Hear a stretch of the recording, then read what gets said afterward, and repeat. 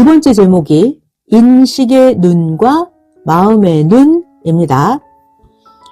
자, 하나님이 약속한 것을 행해 주셔도 성령으로 인식의 눈과 마음의 눈을 뜨지 못하면 보아도 모릅니다. 봐도 몰라요. 인식의 눈, 마음의 눈을 뜨고 깨달아야 그때서야 육의 눈으로 보았을 때 드디어 제대로 인식을 합니다. 그러니까 사람이 육의 눈으로만 보는 게 아니에요. 인식의 눈, 마음의 눈을 떠야 제대로 온전히 보고 알게 됩니다. 자, 그리고 또 인식의 눈이 떠지려면 거듭 이야기하는 거예요. 계속 이야기해 줍니다. 그래야 그것이 의식이 되어져서 인식의 눈이 떠집니다. 그래서 오늘도 거듭 말씀해 줄 것입니다. 말씀 잘 들어봐요. 제대로 인식이 안 되면 성령께서 같이 행해 주셔서 잘했는데도 내가 해서 그냥 이 정도로 마음에 차지 않게 됐다? 이렇게 자기 혼자 생각을 합니다. 분명히 성령께서 함께 해주셔서 성령이 만족한다고 하시는데도 자기가 인식의 눈이 닫혀 있고 자기가 마음의 눈이 닫혀 있으면 자책을 합니다. 자책을 해요. 왜요? 자기가 인식의 눈이 뜨이지가 않아서 마음의 눈도 뜨지를 못하고 제대로 깨닫지를 못하기 때문에 하나님이 하신 일이라서 하나님이 만족을 하셨는데도 자기는 스스로 이상하다, 만족스럽지 못하다 라고 합니다. 그러니까 왜 이런 일이 생기느냐? 무지해서 그래요. 인식의 눈을 뜨지 못하니까 깨닫지 못하고 못 보고 못 느껴요. 그러면 무지해요. 무지. 정말 무서운 게 무지인데요. 무지. 인식한다라는 것이 이렇게 큽니다. 자, 그러니까 인식을 하느냐, 인식을 못하면 인식의 소경이 되는 거예요. 인식을 하는 사람은 인식의 눈이 떠져요. 그런데 인식하지 못하는 사람은 인식의 소경이 됩니다. 인식의 눈, 마음의 눈이 떠지지 않으면 좋은 보화를 봐도, 작품을 봐도 자기 인식대로만 보이는 거예요. 그러면 인식의 눈을 못 뜬 사람은 최고의 수석 작품이나 최고의 나무 작품을 보고서도 그냥 보통이네, 별로네 라고 말을 해요. 인식의 눈을 못 떴기 때문에. 마찬가지로 아주 귀한 자가 있어요. 생각해봐요. 내 앞에 만약에 예수님이 나타난다면 말이에요. 알아볼 수 있을까요? 귀한 자가 있다 하더라도 그걸 자기가 보고 발견할 수 있어야 됩니다. 귀한 자가 있는데 자기가 인식의 눈, 마음의 눈을 뜨지 못하면 천하의 가장 귀한 자가 내 옆에 있어도 그와 같이 살고 있어도 그 귀한 자를 그냥 보통으로 봅니다. 실제로 그랬죠. 예수님이 옆집에 살고 있었어요. 근데 그 시대 사람들은 예수님을 메시아인지 몰랐어요. 옆에 같이 살고 있는데도 귀하고 귀한 메시아를 그냥 보통으로 보았던 것입니다. 한 번은 선생이 돌 작품을 찾으려고 대전 어느 한 곳에 가셨어요. 그곳에 있는 돌이 형상은 선생님 마음에 드는데 이 돌이 강도가 좀 낮았어요. 선생은 돌이 강하고 약한 거, 강도에 대해서 알기 때문에 이 돌을 안 샀습니다. 그런데 성령께서 뭔가 뜻이 있어서 그 돌을 사게끔 인도를 하셨는데, 그런데 선생님은 그 돌에 대해서 아는 인식의 눈이 안 떠져서 안 샀던 것이에요. 그런데 그 돌 주인이 계속 선생에게 팔고 싶다고 했어요. 이거는 성령께서 그 주인을 통해서 하신 것이었습니다. 성령님은 분명히 뜻이 있어서 좋은 돌이 있는 곳에 가게 하신 것이었는데 결국 선생님이 그렇게 인식의 눈을 뜨고 그 돌을 사기는 샀어요. 그런데 선생님이 성령님의 뜻을 확실하게 모르니까, 자, 중요한 단어는 성령님의 뜻을 확실하게 모르니까 선생님 자신의 기존 인식관대로 또 돌이 약해, 별로야 라는 생각이 강하게 들어서 그 돌을 도로 물렀어요. 실제로도 보통 강한 돌보다도 그 돌이 강도가 낮기도 했었어요. 그런데 성령님의 뜻이 있어서 사가야 되기 때문에 성령이 이제는 아예 그 어떤 설명도 하지 않고 강하게 그냥 감동만 되게 하셨습니다. 그래서 결국 선생님이 그 돌을 다시 또 샀습니다. 그리고 나서 그 후에 선생님 스스로 이 돌의 가치를 깨닫게 됐습니다. 선생님이 사온 돌보다도 못한 돌이, 더 안 좋은 돌이 상상도 못하는 값에 팔렸다고 전해 듣게 된 것이었어요. 선생님은 그때 가서야 선생님이 사온 이 돌이 내가 사온 그 값보다 훨씬 더 비싸고 좋은 돌이구나 라는 인식의 눈이 떠졌습니다. 성령은 그래서 그때 돌 주인이 그 돌을 선생에게 팔게 계속 성령께서 강하게 역사하셨던 것입니다. 그리고 또 선생으로 하여금 겪게 하셔서 인식의 눈과 마음의 눈이 떠지게 하셨습니다. 자, 우리가 인식의 눈을 뜨려면 겪어봐야 돼요. 겪어봐야 된다. 그 비싸게 팔렸다는 그 돌, 강도는 좋았는데 그때 당시 너무 비싸서 못 샀습니다. 그런데 그 비싸게 팔렸다고 하는 그 돌의 형상이 선생이 사온 돌보다도 절반도 좋지 않았던 돌이었어요. 그 비싸게 팔렸다는 그 돌이 어떤 한 동물의 머리와 목과 몸의 형상만 닮아 있었어요. 반면에 성령께서 감동시켜 주셔서 선생이 사온 그 돌은, 선생이 사온 돌, 머리, 목, 몸, 다리 등 모든 지체의 형상과 모양이 아주 선명했습니다. 다른 사람이 사간 그 비싼 돌과 선생이 사온 돌을 비교해보고 나서야 야, 내가 사온 돌이 더 좋다, 이걸 알게 되었습니다. 자, 인식의 눈이 떠지려면 비교해보는 거예요. 이렇게 비교해보면 인식의 눈이 떠집니다. 어떤 존재물이 있을 때 다른 존재물과 비교해서 보면 바로 분별이 됩니다. 자, 우리가 판단을 해야 하는데 분별을 잘 못할 때가 있죠? 그랬을 때는 여러 가지 방법이 있어요. 분별하는 방법. 그 지혜로운 방법 중에 하나가 바로 비교해 보는 것입니다. 비교해 보는 거예요. 그러면 인식의 눈이 떠집니다. 분별을 할 수 있게 돼요. 자, 또 어떤 사람들이 말을 하죠. 야, 너희 선생 그냥 다른 사람보다 못해 라고 말하는 자들이 있어요. 그래서 선생이 선생과 그 사람을 비교해 보았습니다. 비교해 보니까 선생의 겉이 그 사람보다는 못해도 선생의 정신, 마음, 생각이 그 사람보다 선생이 훨씬 낫다는 것을 알게 되었습니다. 그래서 선생님 스스로 내가 저 사람과 나 둘 중에 택한다 해도 나는 나를 택하겠다 라고 생각을 했습니다. 그리고 하나님은 사람을 택할 때 무엇을 보고 택하죠? 마음을 보고 택하십니다. 그래서 선생님이 깨달았어요. 하나님은 마음을 보고 택하시니까 나를 택하셨구나. 이거를 깨달으셨습니다. 이렇게 하나님은 사랑하는 자에게는 분별과 인식의 눈을 뜨게 하십니다. 분별하게 인식의 눈을 뜨게 하십니다.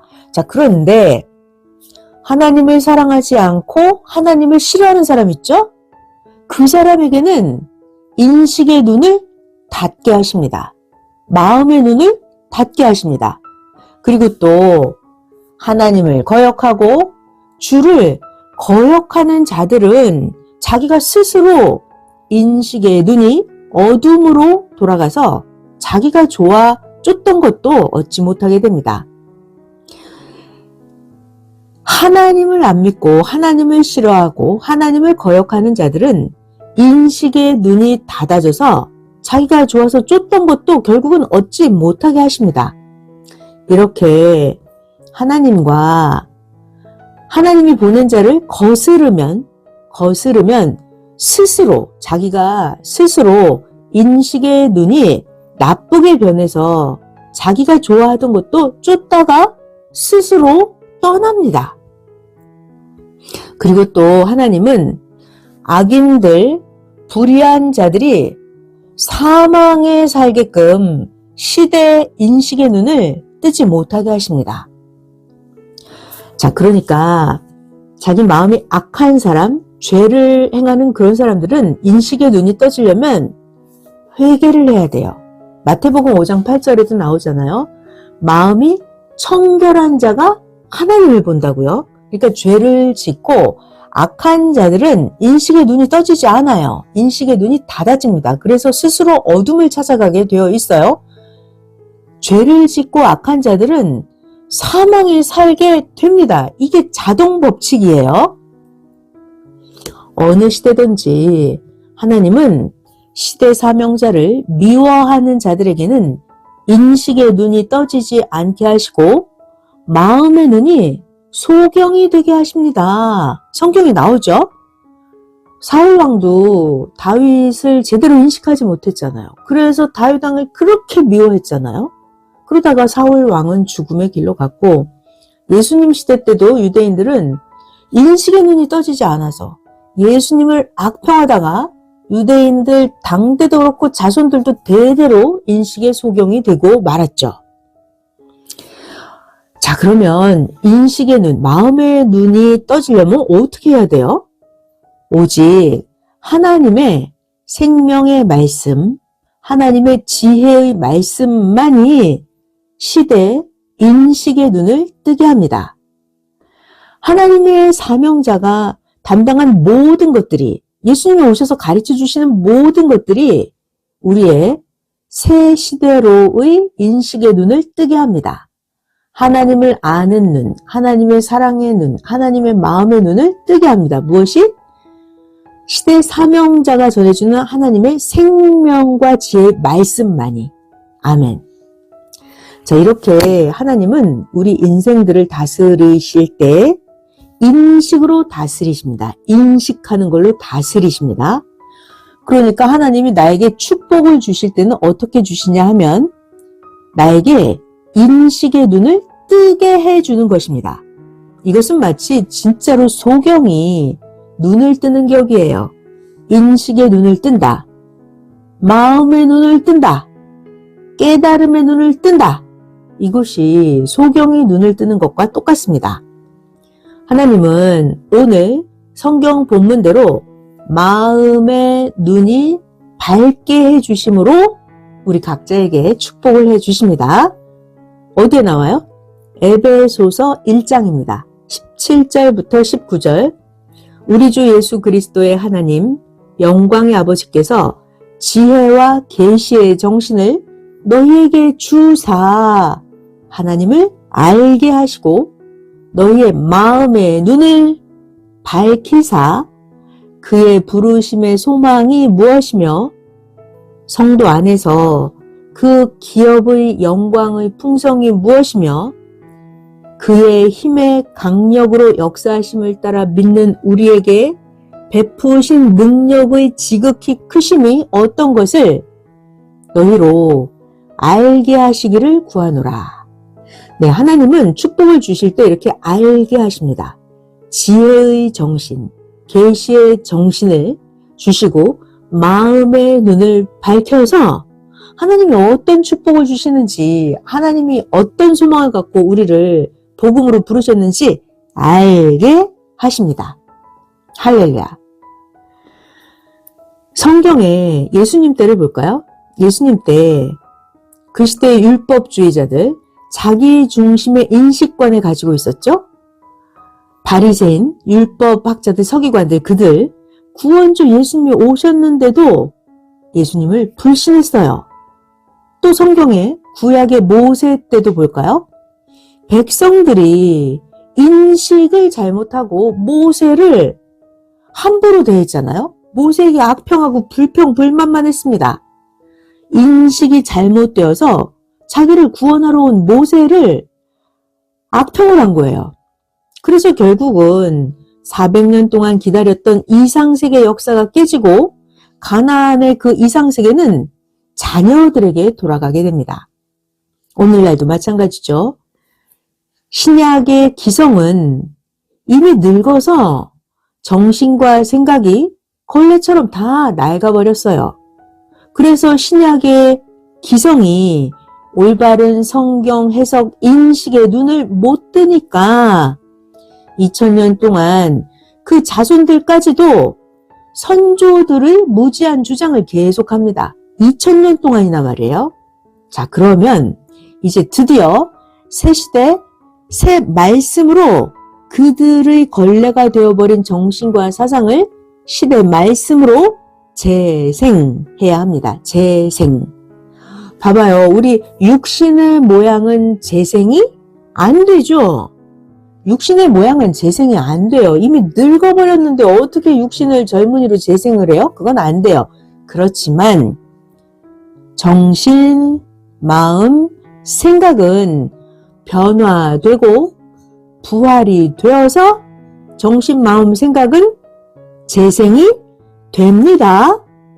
육신은 재생이 안 되어도 정신, 마음, 생각은, 믿음은 재생이 됩니다. 정신, 마음, 생각은 변화가 되어 마음, 생각은 부활이 됩니다. 새 것과 헌 것은 같이 있을 수가 없어요. 그래서 새 것과 헌 것은 쪼개서 해야 합니다. 자, 인식의 눈, 마음의 눈, 깨달음의 눈이라고 했잖아요. 그러면 인식의 귀, 마음의 귀가 있어요. 깨달음의 귀도 있습니다. 자, 그래서 하나님은 우리들에게 인식과 깨달음을 확실하게 해 주시려고 우리를 행하게 합니다. 우리가 행해서 겪어보게 하세요. 자기가 행해서 겪어봐야 인식과 마음의 눈이 떠지고 인식의 귀가 열리고 마음의 귀가 열립니다. 행해서 겪어봐야 돼요.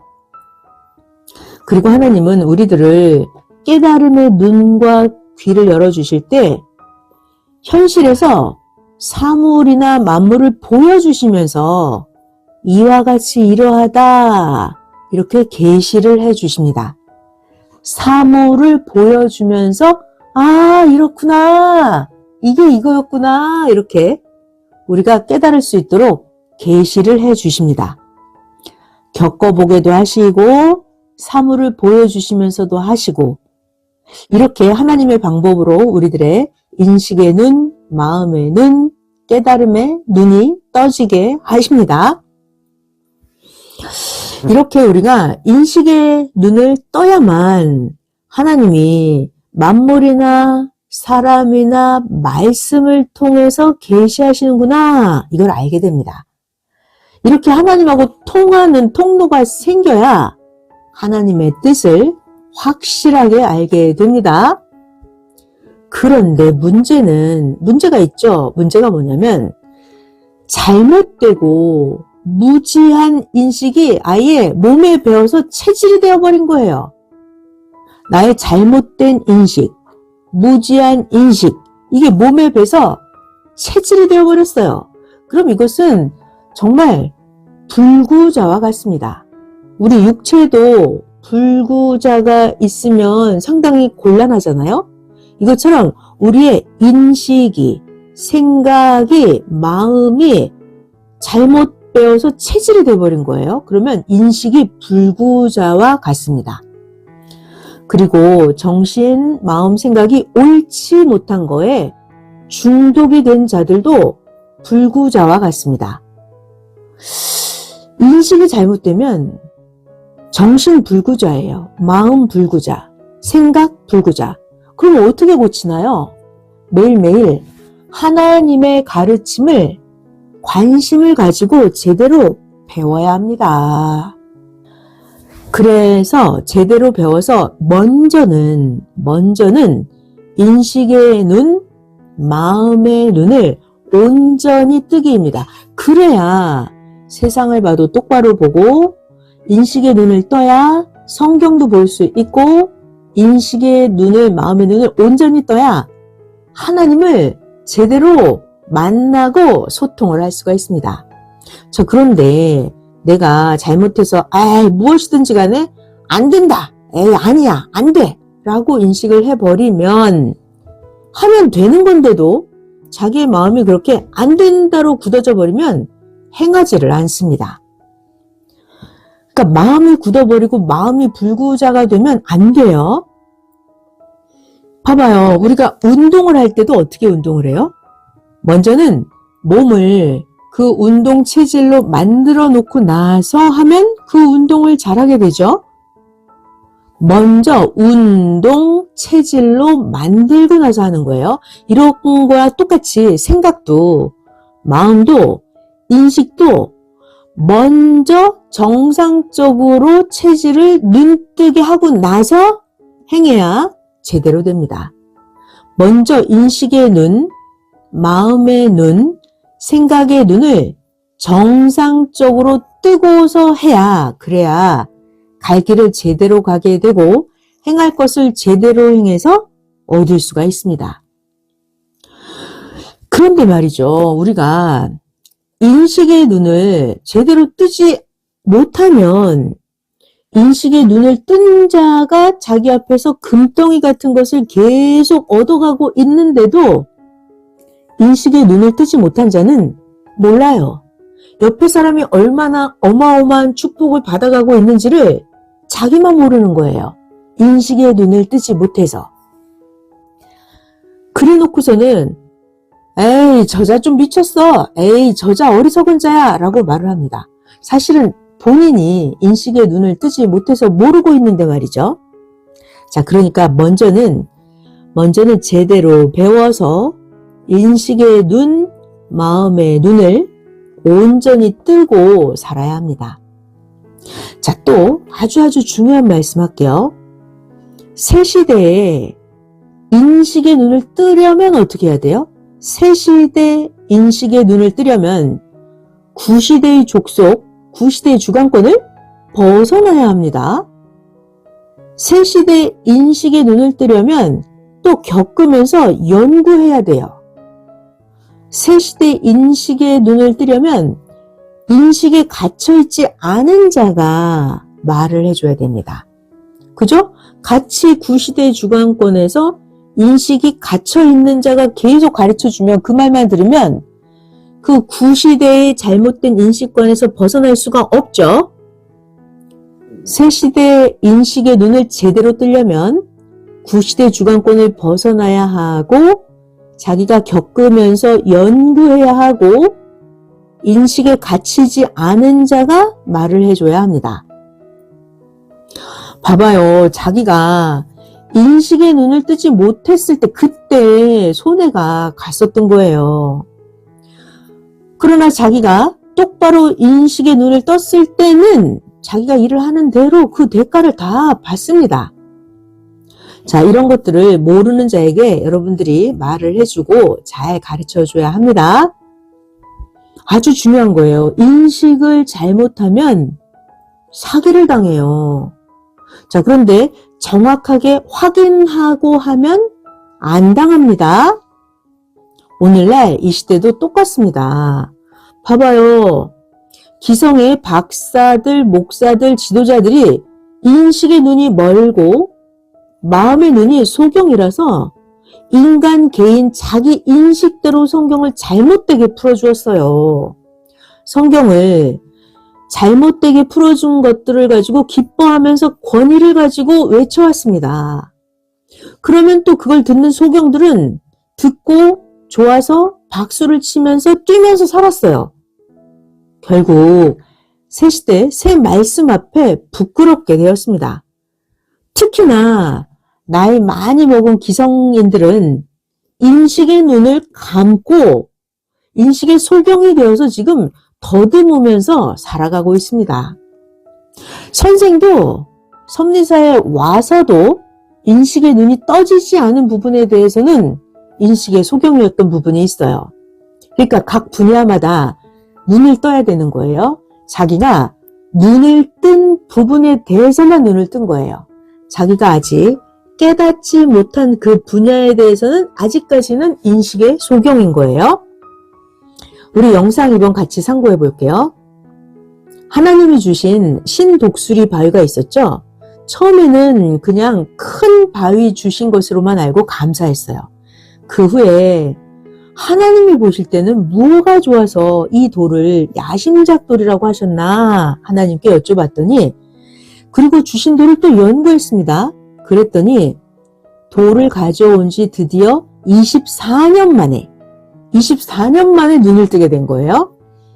돌을 가져온 지 24년 만에 이 신독수리 바위, 그 큰 바위 그거, 이 돌이 하나님을 닮은 독수리 형상, 하나님을 상징하는 바위구나.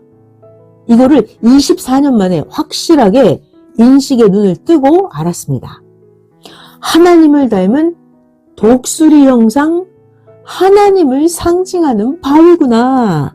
이거를 24년 만에 인식의 눈을 뜨게 되셨던 거예요. 자, 봐봐요. 똑같은 바위인데 인식의 눈을 뜨면 하나님이 목적하고 주신 형상이 완연하게 보입니다. 인식의 눈을 떠야 이 돌을 주신 근본의 뜻을 완전히 알게 되는 것입니다. 인식의 눈을 제대로 뜨기 전까지는 어때요? 전까지는 부분적으로 그냥 아는 거예요. 부분적으로. 그러다가 인식의 눈을 온전히 떠야 하나님이 이 돌을 주신 목적과 이 돌의 형상이 완연하게 알게 됩니다. 영상 2번 여기까지고요. 마찬가지로 성경에 대한 거나 하나님, 성령, 성자에 대한 거나 각종의 것들 다 자기 인식으로 인해서 부분적으로 알고 살면 하나님이 주시는 그 큰 복과 기쁨을 다 못 받습니다. 자기 인식으로 부분적으로만 알면 하나님이 주시는 어마어마하게 큰 복을 다 받을 수가 없어요. 월명동에 하나님이 주신 많은 것들이 있는데 부분적으로 알던 것들을 계속해서 연구를 하면 모양과 형상과 뜻과 사연을 온전히 알게 됩니다. 월명동에 있는 것 중에 또 한 가지 예를 들면 독수리 날개 분재솔과 같이 사온 한 작은 분재솔의 사연을 말해줄게요. 어느 날 선생의 선친 묘 옆에 왕바위 틈에서 난 손가락 2개 정도 크기의 200년 된 소나무를 보러 갔었어요. 그런데 관리자들이 이 작품을 모르고 있었습니다. 선생이 월명동의 소나무를 생명같이 세세히 살펴보니까 선생은 소나무 하나하나 다 알고 계십니다. 그래서 이날 성령이 가보게 하셔서 그 분재소를 보러 간 건데 그 소나무가 없어진 거예요. 선생은 이 소리에 대해서 확실하게 인식이 되어 있었기 때문에 바로 이거 누가 캐갔구나 이걸 알고 확인을 했습니다. 그런데 관리자들은 모두 가서 보고도 아닙니다 하는 거예요. 누가 감히 캐가냐 라고만 관리자들은 인식하고 있었기 때문입니다. 이거 누가 감히 캐가 라는 인식이 있었던 거죠. 선생이 가서 보고 누가 캐간 것이 맞다 하고서 없어졌으니까 선생은 기어이 더 좋은 것을 사오겠다고 결심했습니다. 그리고 나서 선생님은 결국 대전에 가서 독수리 날개 분재솔과 92년 된 손가락 2-3개 크기 분재솔을 사왔습니다. 자, 이 나무 사온 사연 더 자세히 말해줄게요. 어느 날 대전의 장년부 교인이 운영하는 정원에서 꽃을 사고 있는데 그 집에서 소개해준 옆가게 화원 사장이 선생을 보고 그 가게에서 하나를 주겠다고 하는 거예요. 거기에는 좋은 것이 많았습니다. 수백 종의 꽃도 있고 큰 식물 화분도 있었어요. 사장은 선생에게 큰 것을 가지고 가라고 하는데 선생은 작은 거 하나를 골라가겠다고 했습니다. 그리고 선생님이 그 화원 전체를 돌아다녀 보니까 정말 작은 새끼 소나무 크기의 분재솔이 있었습니다. 그 화분의 크기는 냉면 그릇만 했고 그 나무는 손가락 두세 개를 합친 크기였습니다. 선생이 보고 이것이다 이거 하고 가지고 왔습니다. 같이 갔던 목사가 말하기를 사장이 어떻게 선생님은 그것이 작품인 줄 알고 가지고 갔냐고 하면서 사장이 말하기를 그것이 진짜 작품이라고 어떻게 선생님은 그렇게 잘 아시느냐 라고 말했다고 같이 간 목사가 전해주었습니다.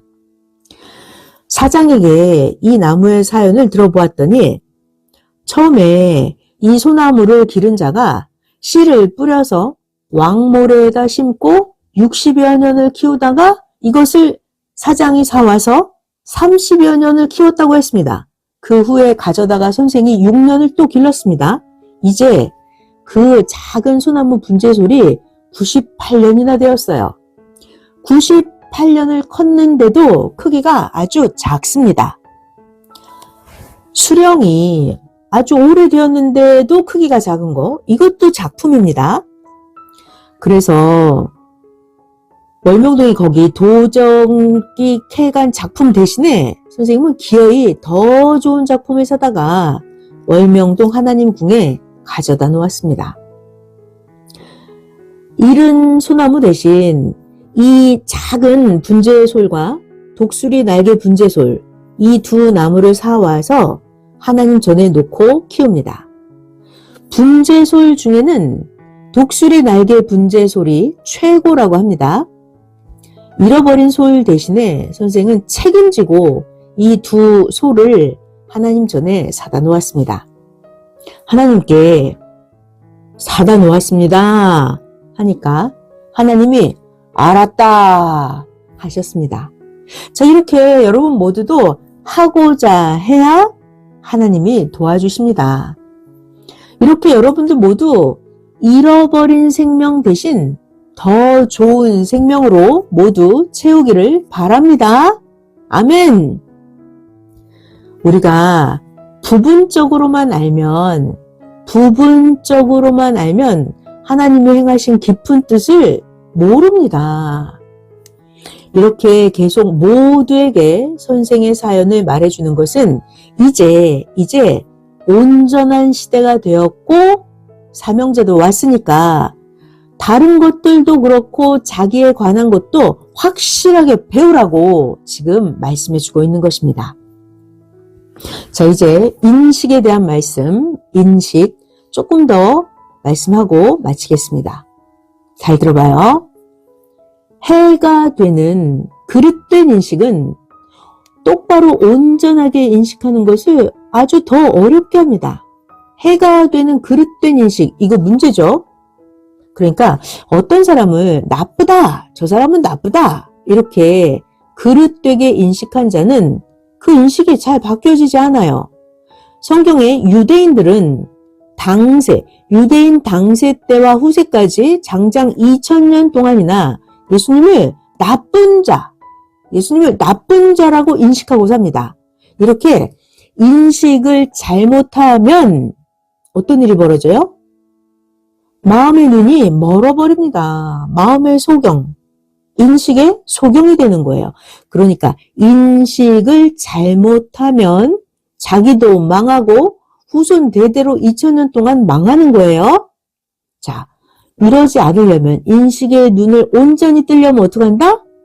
말씀을 듣고 인식의 눈을 떠야 합니다. 그리고 또 자기가 직접 생활하면서 겪어보고 인식의 눈을 떠야 합니다. 비교해보고 인식의 눈을 떠야 하고 회개하고 인식의 눈을 떠야 합니다. 인식의 눈이 잘못되면 인식의 소경이 되는 거예요. 인식에 소경이 되면 해당하는 것을 볼 수가 없어요. 자기가 부딪혀보고 다치고 해를 다 받고 나서야 그제서야 이게 아닌가? 라고 합니다. 그러니까 인식의 눈을 못 떠서 인식을 잘못하는 바람에 손해를 보는 자가 많습니다. 하나님, 성령, 주 앞에도 똑같습니다. 사도들 이후에 초기 기독교인들이 인식을 잘못하고 예수님을 좋게만 대하려고 하다 보니까 어떤 일이 생겼어요. 예수님이 십자가를 진 후에 초기 기독교인들이 말이죠. 예수님이 십자가를 진 후에 예수님이 육으로 3일 만에 살아나셨다 이렇게 했어요. 그 잘못된 인식, 예수님의 육체가 3일 만에 살아나셨다라고 잘못 인식한 초기 기독교인들, 그들 때문에 그 후손들이 예수님의 영으로 다시 오셨을 때 맞지를 못하는 것입니다. 그러니까 중요한 말씀이에요. 잘 들어봐요. 자기들만 생각하면 안 됩니다. 자기의 인식의 눈이 잘못되는 바람에 후손들도 다 소경이 되는 거예요. 당장 현실만 생각하고 살면 안 됩니다. 자, 우리가 살다 보면 당세, 순간, 현실만 생각하고 하다 보면 자기가 해놓은 것인데 시간이 가면 미래에 묶여버려요. 초기 기독교인들이 잘못한 것 때문에 자손들이 대대로 영으로 오신 예수님을 맞이하지 못하잖아요. 자기가 당시에 해놓은 것 때문에 시간이 가고 나서 미래에도 묶여버립니다. 자, 이렇게 확실하게 모르면 계속 손해입니다. 확실하게 알면 정말 하나님께 진짜 감사하다 이렇게 되죠. 그러니까 확실하게 모르기 때문에 감사가 안 나오는 거예요. 확실하게 알면, 인식의 눈을 제대로 뜨면 나도 정말 좋은 걸 받았다 알고 그렇게도 기뻐합니다. 확실하게 알고 인식의 눈을 뜨면 매일 보고 자랑하면서 다른 자들도 모두 보게 해서 하나님이 이렇게 사랑하신다는 걸 모두 알게 합니다. 자, 오늘 인식의 눈을 확 뜰 수 있도록 이렇게 말씀을 해 주었습니다. 자, 그러니까 여러분, 인식의 눈을, 마음의 눈을 올바로 뜨기입니다. 우리가 형제들도 잘못 인식하면 안 되죠? 하나님, 성령, 성자, 예수님 선생에 대해서도 인식을 잘못하면 될 것도 안 됩니다. 자, 오직 하나님의 말씀만 믿고 말씀을 연구하고 실천하고 해야 됩니다. 겪어봐야 돼요. 그래야 온전히 눈을 떠서 보게 됩니다. 오늘 인식의 눈, 마음의 눈, 이 말씀을 듣고 자기 마음과 인식의 눈을 떠서 첫사랑에 불을 붙여서 더 크고 온전히 성장하기를 바랍니다. 모두에게 삼위의 평강을 빕니다.